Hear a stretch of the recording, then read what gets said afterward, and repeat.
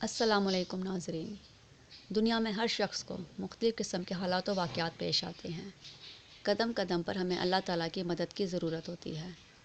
اللہ تعالیٰ ہم بندوں کی ضرورتوں کو ہم سے زیادہ جانتا ہے اور وہی ہماری ضرورتوں کو پورا کرتا ہے اور ہماری مشکلات کو دور کرتا ہے۔ اللہ تعالیٰ کے تمام نبیوں اور رسولوں علیہ الصلاۃ والسلام نے اپنی تمام حاجتوں میں صرف اللہ تعالیٰ ہی کو پکارا ہے۔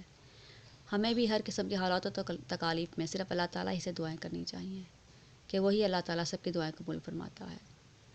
دعا سے پہلے اللہ تعالیٰ کی حمد و ثنا کریں، حضرت محمد صلی اللہ علیہ وآلہ وسلم پر درود و سلام بھیجیں اور آخر میں بھی حمد و ثنا اور درود علیہ الصلاۃ والسلام پڑھیں اور آمین پر اسے ختم کریں۔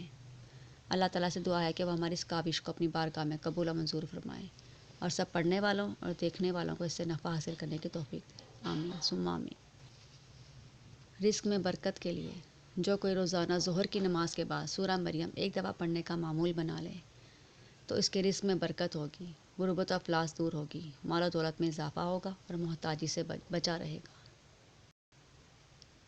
نوکری حاصل کرنے کے لیے یا لطیفوں پڑھیں اور اللہ تعالیٰ رب العزت سے دعا مانگیں، انشاءاللہ تعالیٰ نوکری مل جائے گی۔ جب تک نوکری نہیں ملتی روزانہ یہ عمل کریں، بہت ہی تیز بہادف عمل ہے، ضرور کیجیے۔